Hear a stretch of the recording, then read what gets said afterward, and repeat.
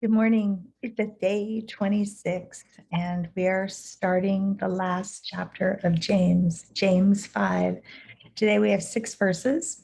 They're kind of hard verses, but I sat here and read them and reread them. And it's one reason why I like to say them out loud. Another reason why I like to write them down, because after you read them out loud, after you write them down, stuff starts to pop out. And so I'm going to read James 5. There's 6 verses today. It's our longest day of verses. And I'll read to you I'll read the scriptures to you, then tell you what I got. And it's Monday. Oh my gosh, we're almost done.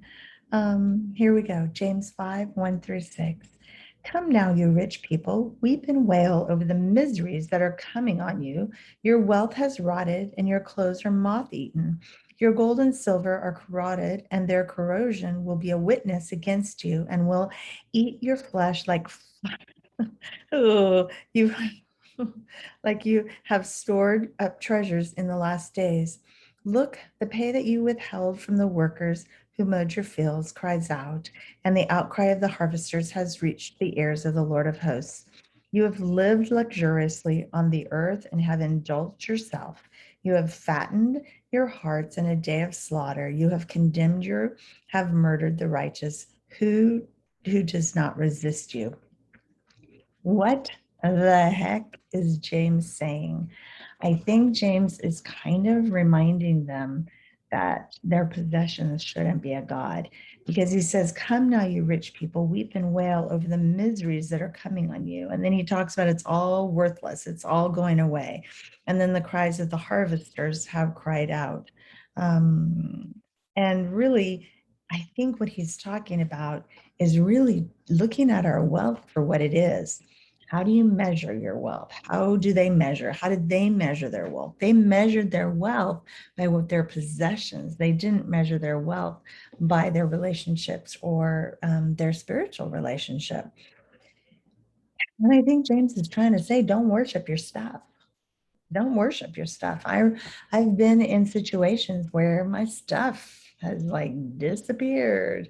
And I tell a story in my book that I might actually tell on Wednesday night. I might actually tell this story on Wednesday night, because it's the perfect story of how you lose all your stuff and then God just knows how to give it back to you in a miraculous way. Not all of it, but just he makes a statement.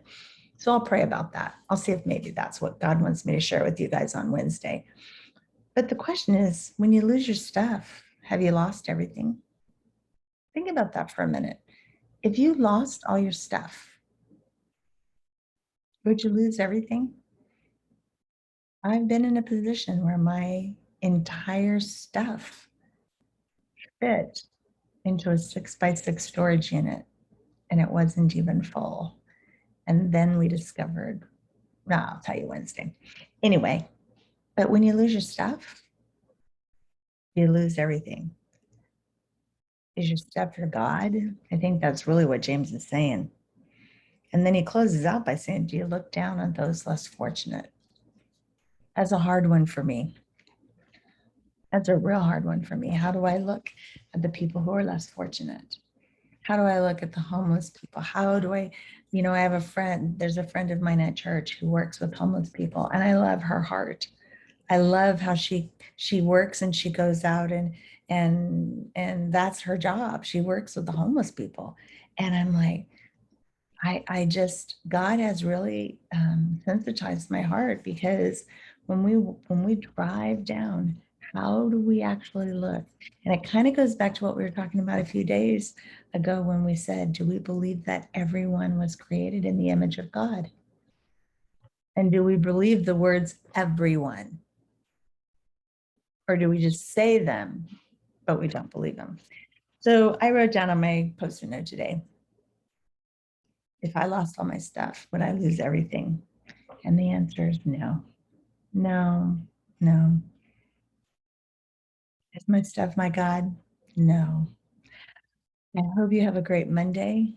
I'm getting ready to go to the gym. I got to go back to work today. It's going to be a long day. And I'll see you tomorrow for day 27. Have a great Monday.